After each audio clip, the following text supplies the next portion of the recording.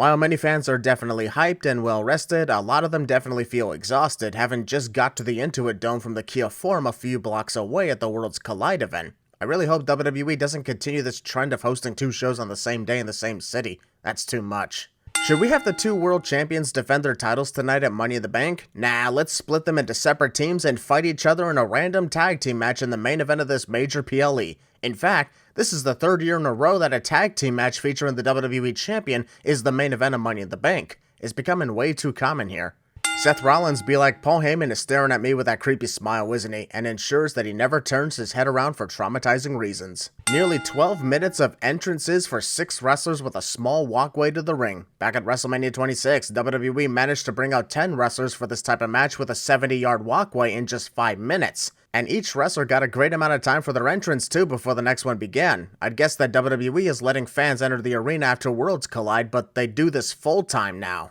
He set a record in the Women's Royal Rumble. So did Io Sky and Liv Morgan in the same match. At this point, everybody does it every single year, so it's not impressive at all. All of these 6 women in the match were tagging last night. Wrestlers competing in a multi-wrestler ladder match, tag team the night before the show cliche. And plus, there's supposed to be a brand split. Why are we having crossovers like it's the damn wildcard rule from 2019? Third match in the last 24 hours. While it is impressive to see Stephanie Vaquer wrestle literally 3 times in 24 hours, it's also stupid to book her in such situations, especially prior to a ladder match. No offense, but I'd keep the ladder match competitors as healthy as possible to avoid injury. So here we go, gentlemen. Michael Cole forgot that Rhea Ripley, one of the top stars in the entire women's division, is competing in this match too. Every woman for herself. In case you somehow thought this Money in the Bank ladder match was actually contested under 6-woman tag rules. Taking on the Young Bucks here. Wah wah. This stare down exists for no reason other than these 3 women being in WWE more than the other 3. Should we expect the rookie stare down next? Naomi the veteran in this matchup. Sure, let's focus on Naomi being the top veteran simply because she's been in the most Money in the Bank ladder matches and not Alexa Bliss, who actually won this match before. Victory is the ultimate form of experience, as Naomi will soon find out. First ladder introduced is too small to reach the prize cliche. Stephanie Vaquer could literally be on her tippy toes at the top of the ladder and still wouldn't be able to reach the briefcase. Be careful what you say about Naomi. What's the point of having a simple ladder match if the fans just want tables? Might as well make every Money in the Bank match a TLC match. Actually, that kinda sounds cool. Dragging herself up the... Rhea Ripley making her presence known apparently requires everyone to stop what they're doing and watch her slowly rise on the apron. The position for the Razor's Edge. Oh my... It's impressive how Roxanne Perez was able to counter Rhea Ripley's attempt at a Razor's Edge with a Hurricane Rana. Unfortunately, Roxanne landed head first on the ladder and suffered the most damage out of it. I think she would have been less damaged from the Razor's Edge. Ceiling cam, and not on a replay. The ladder. Rhea Ripley was coming too, And that's why you shouldn't raise the ladder higher before attempting to sandwich your opponent. Quite a number of awkward moments early on in this match. Well done, you two. In your attempt to sandwich Rhea Ripley further, all you did was bounce the ladder off the top rope without it ever coming near Rhea. This is awkward. Bury Rhea and bury her. Winner of the 2025 edition of Money in the Bank to bring you anytime a wrestler the size of the Big Show competed in ladder matches. People have known. Oh! I don't see how Naomi thought this would work to her advantage, placing Julia in the suplex me to the ground at any time position. Now it's Julia trying to steal one. Climbing the ladder while everyone else is fighting is considered stealing in this match, even though it's the whole damn point of the match. For the future now. You know something is brutal when you can feel it yourself from watching on TV. Gonna take off a sin for Alexa Bliss's commitment to taking that bump. Of time before Razor's Edge. Naomi has recovered from the last bump she took almost 10 minutes ago, was watching Rhea Ripley the entire time, and somehow didn't see that Razor's Edge coming toward her. Stephanie's Devil's Kiss is cute on its own, but I'm taking off 3 sins for the creativity of using the ladder to bounce Rhea's head.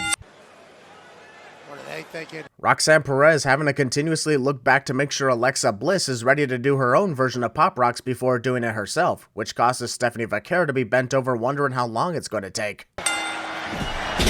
Rhea Ripley had the chance to make a brutal moment in this match by executing the Riptide on Julia right onto the ladder hanging down in the top left corner of the ring, but instead settled for an awkward hit it at the same time someone else hits their move thing that didn't work out anyway.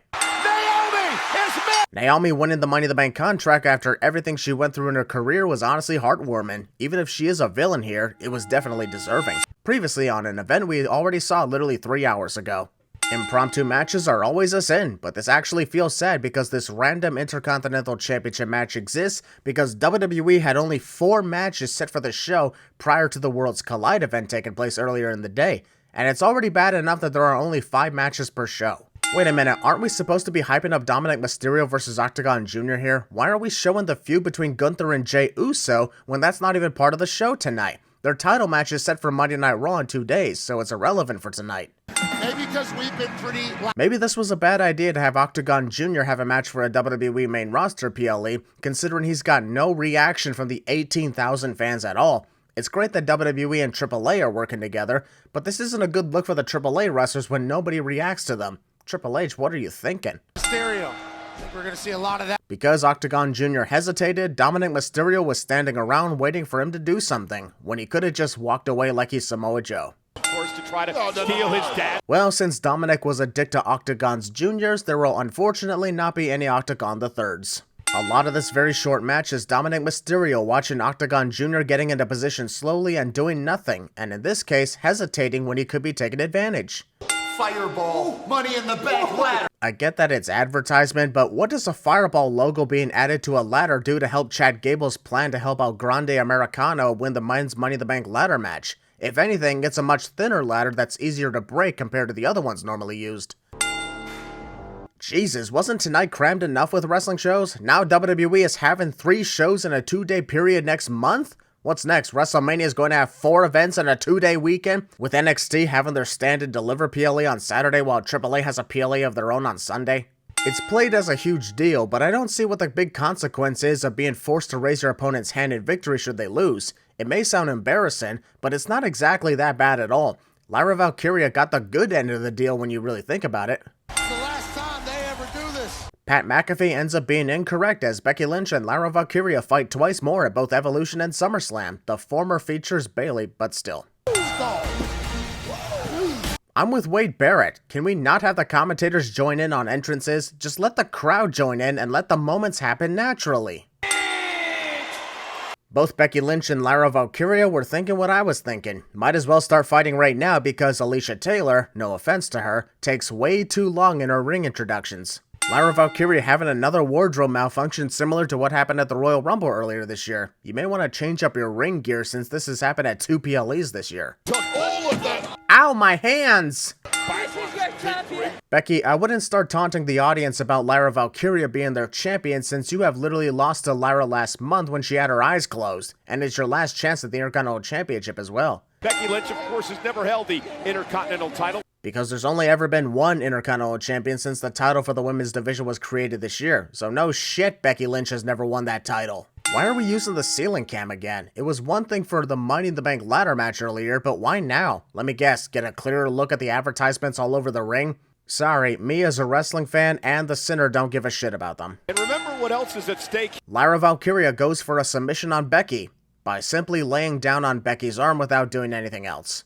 Becky calls this city home. Becky Lynch calls Los Angeles home? For one thing, she's never lived in Los Angeles, nor did any major moment of her career take place in the city. What is Pat talking about? Look at the power. That was a nice feat of strength from Lyra Valkyria, but also a great addition of Becky Lynch kicking the corner in order to keep herself in the air and not mess anything up. Pulling on hair is illegal in this match, but pressing your foot down on your opponent's head into the canvas is completely okay. Just saying, pulling hair gives less chance of permanent damage compared to this. Becky, what's with the position you're putting yourself in? Seth Rollins isn't out here until after your match. 1,374. Chanting "We want truth" in the middle of a great Intercontinental Championship match. I understand the frustration because of the unfair release, but don't disrespect anyone else who's putting their bodies on the line for you. Whoa! For the title! Oh great, this is going to be a repeat of Backlash where Lyra kicks out of multiple manhandle slams and we're supposed to be impressed by that. Nightwing! Nightwing! Nightwing! Yes, Michael, I heard you the first time you said Nightwing. You don't gotta tell me 5 more times. Or is that the amount of times the Nightwing will be kicked out of? Hey, listen, wait a minute! Even though the Intercontinental title needed a switch up to regain momentum, victory by means of grasping the tights is always a sin. And here goes Michael Cole complaining about it in the hopes that the referee will hear him and restart the match. Sorry, they don't do that anymore. Unless randomly. If I were Lyra, I would tell Becky to piss off when it came to putting the belt around her waist, as that was not in the original agreement. Sorry, but my role was to raise your hand only. I did my part. Toodles! Oh, look at this! Yeah! Post-match assault, and I also send Michael Cole for condoning the post-match assault, so it's a double sin. There are no countouts. Repeating the rules of a match we already saw an hour ago. Thank you, Alicia, but we know how this works. Also, nearly 15 minutes of entrances. If you combine together the entrances for the 2 Money in the Bank ladder matches, that's almost 30 minutes worth of entrances. No wonder these shows go on for so long, you have so little matches. SmackDown, Seth Rollins attack. I would instantly remove 5 sins if Seth Rollins spun around and accidentally stepped on his cape. No capes! Pull and crash. Penta being off sync with his music for the Zero Fear taunt. Pulling double duty tonight. Conspiracy theories. 2 people could have injured elbows. The commentators are too busy arguing about the identity of El Grande Americano and ignoring Andrade making his entrance into the arena. No wonder he left.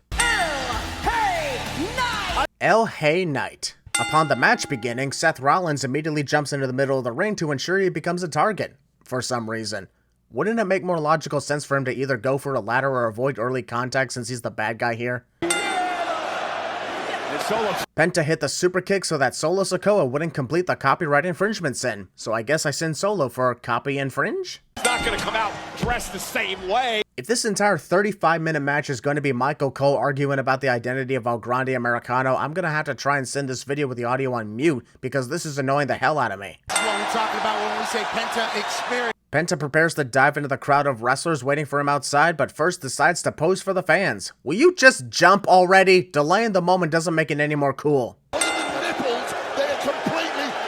Wade Barrett automatically removes 10 sins from the counter for comparing El Grande Americano's nipples to Chad Gable's. I don't normally remove 10 sins for moments like that, but that had to be the funniest way of arguing El Grande's identity. I appreciate him saying that because Mike. El Grande Americano is a dicto Andrade's El Ídolos, even if I'm sure that was a legitimate accident. Andrade just ate a chair with his Andrade. First of all, that was a ladder that landed on Andrade's El Ídolos, but also don't try and quote me, that's my job to say it. Second ladder match tonight where the first ladder introduced is too small to reach the prize, and Seth Rollins is the guy who actually won this match in the past. Wouldn't he know better than to grab a small ladder to place under the briefcase? This is the one occasion where I will take a sin off because even if this is Solo infringing everyone's taunts, it's just funny to see him in such a comedic role at a time like this. He plays it off very well, and I love a good bit of comedy in my wrestling matches. Not the greatest of ladders. You know it's bad when you got the commentators pointing out that the ladders being used are too small to reach the prize. That cliche is on fire today. Andrade. Haha, you slipped. He's got that steel plate loaded in that mask. I mean, if El Grande Americano does have the steel plate in his mask, it wouldn't matter, as there are no disqualifications in this match. Is Michael going to throw a hissy fit if El Grande uses it? And when a ladder is actually big enough to reach the prize, Seth chooses to place it in the wrong position and climb the other side of it where the briefcase is far away. And now Andrade with him. I'm taking off 3 sins because Andrade perfectly executed that sunset flip powerbomb after jumping off the ladder compared to wrestlers slipping down the ladder, and the fact that he managed to not break his leg despite landing in that agonizing position. Holy shit, what a maneuver. This sequence of Andrade telling Penta to reach for the contract and Penta actually falling for it. What kind of an idiot do you have to be to believe Andrade is just going to give up this championship opportunity so you can take it? It wouldn't be a ladder match without the ladder is bridged between the barricade and ring apron cliche, now would it? Yay! Product placement! This definitely means the ladder will be the most destructive we've ever seen. That the Creed brothers hid. If the Creed brothers hid that specific ladder underneath the ring, then why are there 2 in this shot? Look at the size of this ladder. Even Jeff Hardy would look at that ladder and think, I've jumped off bigger ladders than that. Now come on, tell me what he's putting in his mask. It's legal to use, you motherfucker! Can he get it down? Why not pull a John Cena and try to rip the handle off the briefcase? That worked out for Cena when he accidentally won the Money in the Bank contract 13 years ago. 13 years ago?! Seth Rollins desperately called for Bronson Reed and Braun Breaker to interfere on his behalf, so the 2 muscles take their sweet time approaching the ring instead of hurrying like Seth demanded. Hey, that's no fair. We didn't get to use our music when we started to interfere in this match. Why does Jacob Fatu get to use his? 4 of the big young. When I see these 2 factions brawl, I can't be the only one who feels like this Money in the Bank ladder match was temporarily put on pause mode, right? It's an entirely different kind of match, altogether. Jacob Fatu, you gotta be kidding. Jacob Fatu is fucking amazing. Push him to the freaking moon and crown him as WWE Champion within the next year or 2. He must be a top priority here.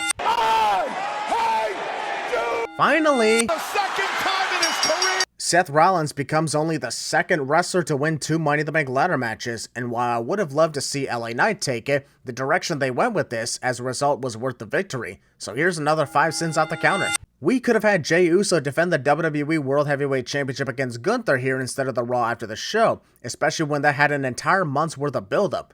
Or we could do the rematch with John Cena and Cody Rhodes here. But this random tag team match with no high stakes just doesn't feel right for the main event of Money in the Bank. What tag match will main event next year's, I wonder? Run it back? Run back the intro? Alright, sounds good to me. You heard Jey Uso, run back the music.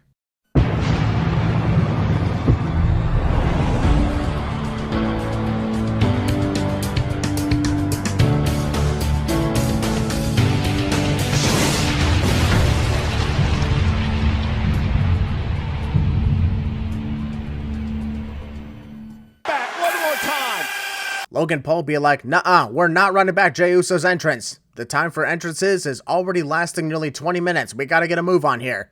And I am on board with Logan's tactic. The following contest. A standard tag team match with no championships on the line somehow require all the entrances to take place before the introductions can be made. SmackDown and base. John Cena instantly tags out because the rules state that he cannot engage in physical activity with Cody Rhodes unless they've each been damaged throughout the match. People what they want. Wait a minute. Okay, what the hell was the point of John tagging himself out just to tag back in without Logan Paul having any sort of offense with Cody Rhodes? Finally getting to it. You can't wrestle, yes he can chance is further proof that the audience loves John Cena too much and this heel run is not working out as much as we hoped it would. Like Jey Uso is right now. More of John Cena hitting a single move and then waiting for his opponent to get to their feet so that this match can have some sort of excuse to go past the 20-minute mark. Boring. For someone who wants to take everything away from WWE and ruin wrestling for the fans, John Cena sure doesn't seem to have a problem doing his signature "You Can't See Me" taunt, and that's after he trashed the invisible joke too. This one single miscommunication ultimately makes Logan Paul mad to the point where he challenges John Cena to a match in France. Caught him in the temple. Wrong, Jey Uso kicked John Cena in the arm, nowhere near his temple. Can Jey get to Cody? Well, not if Cody Rhodes is hanging out up there on the turnbuckle of the wrong corner, then Jey Uso is screwed. And I'm trying to teach you. Teach me. That one moment when John Cena and Logan Paul having communication issues is far more entertaining than this entire tag team match. How sad. Yes. Massive right hand. Oh. Logan Paul attempts to do the buckshot lariat, but accidentally performed the CM Punk version of the move. Logan. Oh, it is. Smart move on the part of Cody Rhodes to sacrifice the pinfall in order for Logan Paul to accidentally land on his own partner. For once, we got great ring awareness. Anyone else would see Logan about to fly and accept their fate. Get a bird's eye view. If there's anything Logan Paul knows how to do, it's create a viral moment. Felt a little dizzy being part of the superplex from the drone camera, but it was still a cool moment to watch. Not sure what the hell John is trying to do here. You have witnessed John Cena put his opponents through the announce table by means of an attitude adjustment for years. How the hell have you not figured out what's going to happen by now? Spear! Haha, the table didn't break. Logan Paul! Oh my God! Logan Paul is absolutely breathtaking with his high-risk maneuvers. Holy shit, that was a picture-perfect moonsault through the announce table. Oh my God! The fans wanted R-Truth, and they got R-Truth. And now that they have R-Truth, they are going to forget all about R-Truth and pretend like nothing ever happened. No more "We Want Truth" chants because it was just a trendy thing they got bored of almost immediately. Hate to say it, but that's the truth, the whole truth, and nothing but the R-Truth.